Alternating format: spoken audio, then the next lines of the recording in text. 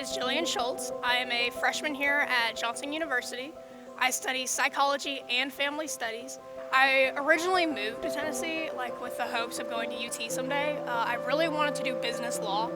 That was my thing. I wanted to be a corporate attorney. And then being here at Pursue, there was students working with us that were not a part of Pursue.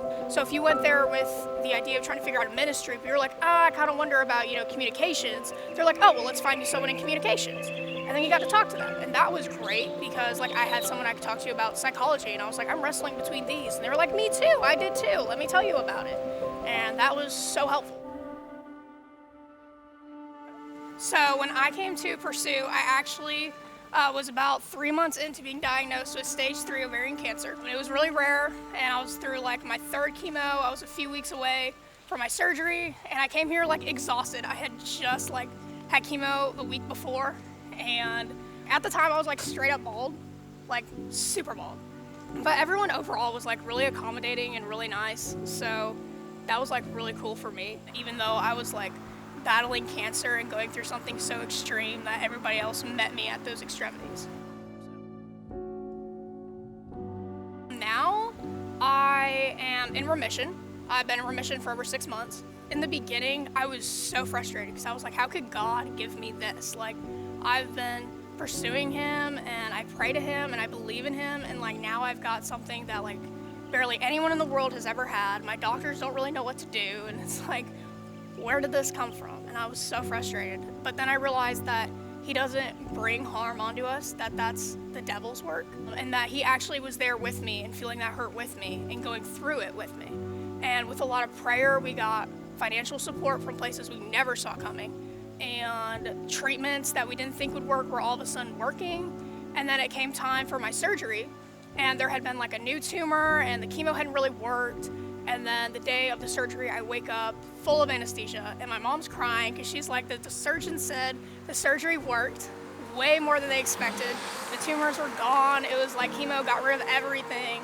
And even with all my anesthesia and everything, I just laughed at her and I said, that's because I'm God's favorite. So, but in my heart, I guess that's kind of how I feel. And I hope that everyone feels that way too. But, it was just, he was with me the whole time. So there was a lot of God moments in that.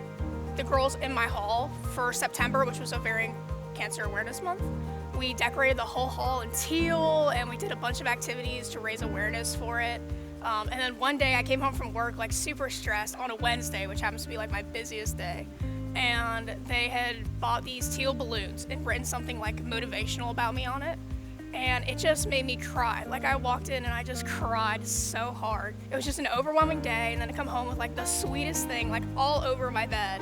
And it was just everybody was there, and they were started crying because I was crying, and it was just amazing. I couldn't believe that people here would be so nice to take time out of their busy days to do something like that for me. For me, it was really interesting to get different people's backgrounds and ideas and stories who come from faith backgrounds, to see that we all have things we struggled with and we all can grow in our faith from them.